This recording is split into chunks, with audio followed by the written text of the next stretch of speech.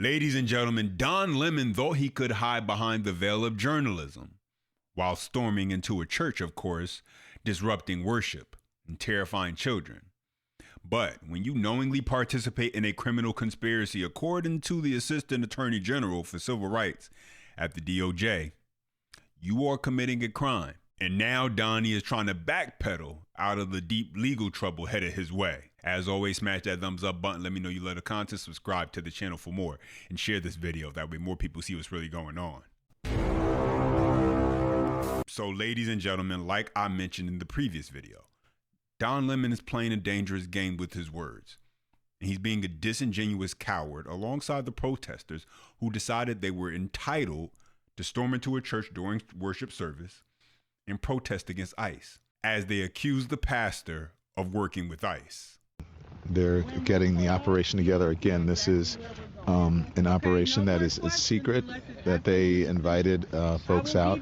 Can't tell you what is going to happen, but you're going to watch it live unfold here on the Don Lemon Show. There are for this reason,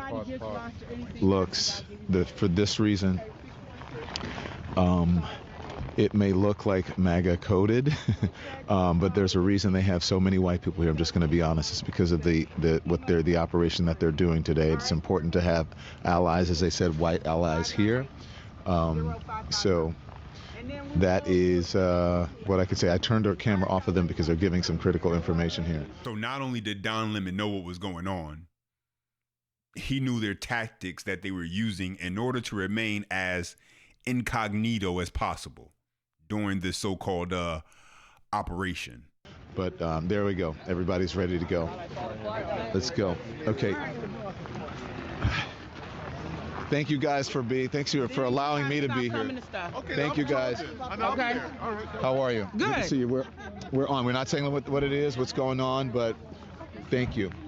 Tell us why you're doing this. So this is Nakima Levy Armstrong. She's on the show on Friday. Levy Armstrong, civil rights attorney, longtime activist here in the community.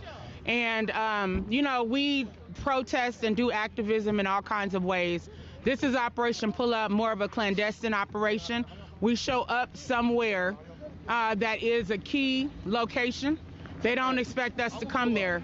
And then we disrupt business as usual. So that's what we're about to go do right now. This is pure entitlement on the left, thinking that you have a right to show up at a church while service is going on with the goal of disrupting just because you don't agree with someone else's views is unbelievable and stupid, because you admitted to it on camera that you're violating someone's constitutional rights, because people have the right to assemble and the right to worship in this country. And when a group of cowardly protesters decide they're going to run into a church, plan the whole thing out, and basically disrupt and interrupt worship service, they are taking away those people's rights. But Don Lemon thinks it's okay. Here he is pointing out children leaving the church after protesters stormed in. Take a listen. Watch this guy here. Look, he's hugging his kid. And, I imagine it's uncomfortable and traumatic for the people here, but again, careful, it's very slippery right here. Yeah. It's uncomfortable and traumatic for the people here, but that's what really, careful, please, really slippery, not kidding. That's what protesting is about. And so according to Don Lemon, you could traumatize the children now who are in church just innocent. That's okay because you're protesting. I'm sure that if this was something he didn't feel so strongly about, he had more to say about kids being traumatized, especially if it was some kids who were, LGBTQ or whatever. I'm sure he'd be standing up speaking, oh, how dare you traumatize these children. But because, hey, they're just some children showing up innocent, going to church, a little traumatization is okay in Don Lemon's book. But Donnie might have went a little bit further than what he realized, thinking he would be protected under the umbrella of journalism, because now the Assistant Attorney General for Civil Rights of the Department of Justice is talking about Donnie being under investigation. Take a listen. We will pursue charges in this case. I see various crimes that have occurred. Exactly what they are, I'm not going to flag, but the FACE Act has been mentioned as one of the predicates there. In other cases, the Biden DOJ used the Klan Act conspiracy charges tacked on to the FACE Act in the case of protests outside abortion clinics to bring much longer sentences. So there are a number of tools available to us. Who funded this? What else? What other crimes may have occurred? Was there a use of the wires or the mails in preparing for this event? Did anyone cross state lines to do this? All of those are potential predicates for additional federal charges. Armin, I've just pulled up the Klan Act because this is the first time that I've heard this mentioned. This is a act that was passed in 1871, correction there, to combat the Ku Klux Klan and protect African Americans' voting rights, especially the Enforcement Act, which is known as the Force Act. So here's some of the information on screen. Would you mind breaking down for us, because we have just read the FACE Act and how this is an affinity to the FACE Act, an obvious and egregious demonstrable violation of the FACE Act, because they were entering a place of worship, harassing and threatening. We just played a video of a man, a bearded man, who was threatening to attack the Christians that were worshiping there. So it seems like an obvious FACE Act violation. But the Klan Act here, it is on screen. First time I've heard it mentioned. Can you unpack this for us, Harmeet? Yeah, the Klan Act is one of the most important federal civil rights statutes, and it goes back to the time when President Lincoln emancipated the slaves, and yet the southern states, Dixiecrats mainly, were refusing to give them equal rights. And in fact, that you had sheriffs and you had law enforcement harassing the newly freed slaves. So the Klan Act is a law that makes it illegal to terrorize citizens, to violate their civil rights, to get together and conspire to violate the civil rights. It is often used against law enforcement, but is now used against others as well. So whenever anyone conspires to violate the protected civil rights of American citizens, the Klan Act can be used to bring a conspiracy charge. We, in the federal law enforcement parlance, call this 241 and 242 civil and criminal conspiracies. And so what the Biden administration did is, if 3 grandmas got together to pray outside an abortion clinic for the souls of the people inside, and including the unborn children, they would say, oh, that's not just a violation of the Klan Act, that's a conspiracy to violate the civil rights of women going in there to get abortions. And so we're going to add additional charges and punish that more and make it from a misdemeanor under the FACE Act to a felony under the Klan Act. Talk about how Don Lemon has spent an entire career, we know, being a race baiter of sorts, throwing out the race card in any opportunity he had while on CNN. And for him to possibly get swept up and caught on criminal charges, held liable under the Ku Klux Klan Act. Wow. I think that's what you would call poetic justice. And so some of these folks who did this have self-identified. Don Lemon himself has come out and said he knew exactly what was going to happen inside that facility. He went into the facility and then he began, quote unquote, committing journalism. And as if that's sort of a shield from being an embedded part of a criminal conspiracy. It isn't. And so we're getting our ducks in a row. We're putting the facts together. And this is a very serious matter. Come next Sunday, nobody should think in the United States that they're going to be able to get away with this. Everyone in the protest community needs to know that the fullest force of the federal government is going to come down and prevent this from happening and put people away for a long, long time. Wow, and that's why Don Lemon is scrambling for excuses, because there is no excuse, as I was saying.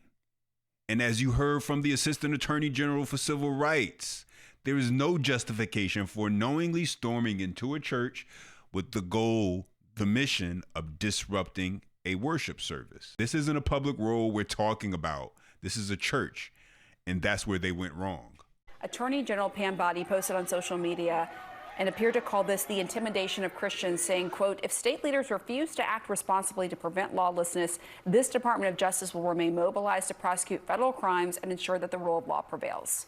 So what is the law the DOJ could use to prosecute these protesters? Well, interestingly, it could also sort of fall under the civil rights category as well, that the rights of these individuals in the church to practice their religion are being impeded by these protesters. And so the Justice Department could potentially look at whether the activities these individuals are engaging in goes beyond what there would be their protected activities. You know, this all comes in the environment, Pamela, of the court order that was issued by a federal judge in Minnesota last Friday, limiting activities that ICE agents Republicans could do with respect to protesters. Justice Department now, it sounds, is coming down with a different way that they want to engage in protection of civil rights, protection of First Amendment activities in particular.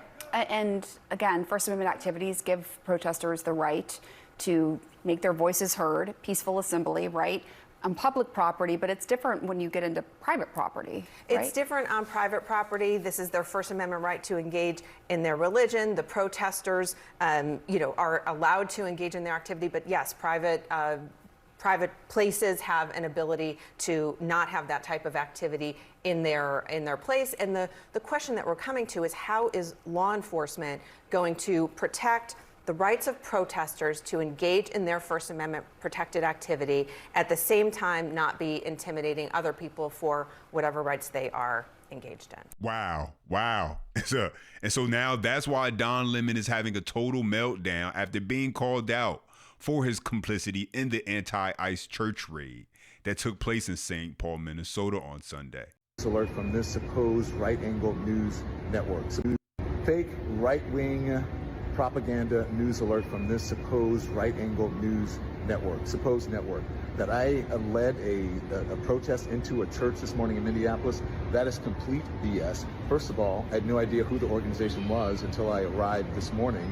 And number two, that's what every journalist should be doing, exactly what I did. What I did was report, chronicle, and commit an act of journalism, which is what every journalist should be doing.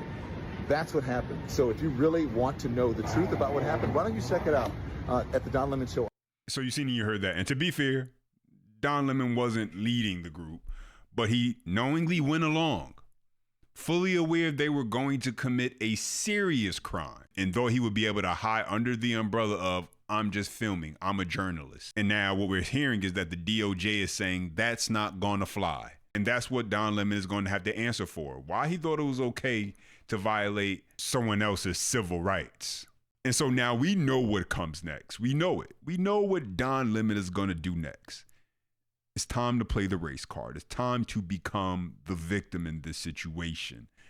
And Don Lemon, he knows how to play that role well, to pretend he is the victim. Don Lemon just doubled down and trashed the congregation he attempted to incite a riot against. And there's a certain degree of entitlement. I think people who are, in the religious groups like that, it's not the type of Christianity that I practice, but I think that they're entitled, and that entitlement comes from a supremacy, a white supremacy.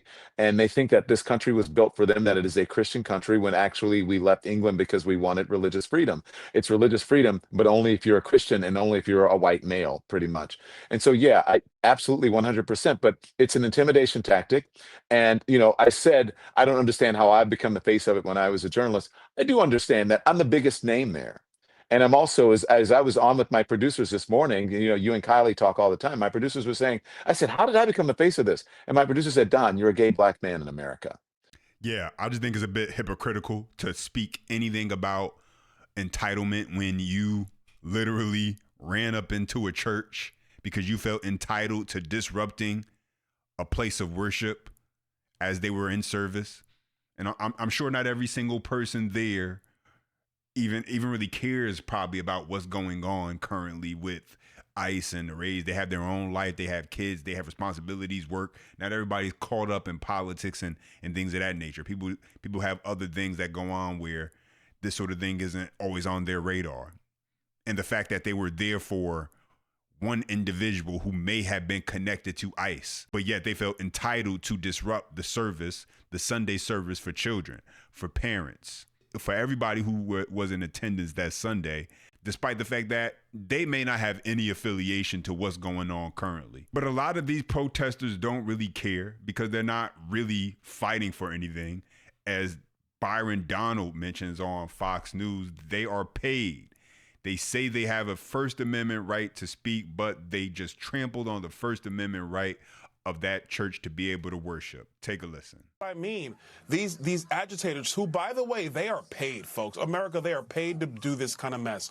These are the people who will say they have a First Amendment right to speak, but they just trampled on the First Amendment right of that church to be able to worship. That's what they're doing right now, and this is completely unacceptable. But let's be very clear. President Trump and his administration, they're not going to bend the knee to the mob, because that's what the mayor of Minneapolis wants. That's what Tim Walz and Gavin Newsom, these other crazy governors, that's what they want. The Democrats have no solutions about protecting the United States, protecting their people, or having orderly legal immigration into the United States. Listen, at the end of the day, this goes beyond just politics. And it's not about who you like or don't like.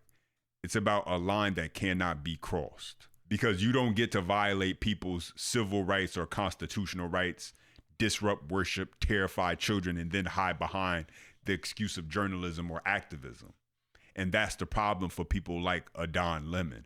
Once you knowingly go along with something illegal, you own your part in it. There are consequences for that, no matter who you are, no matter the platform, and no matter how loudly you try to spin your way out of it. As always, smash the thumbs up button. Let me know you enjoy the content. Subscribe to the channel for more and share this video. That way more people see what's really going on.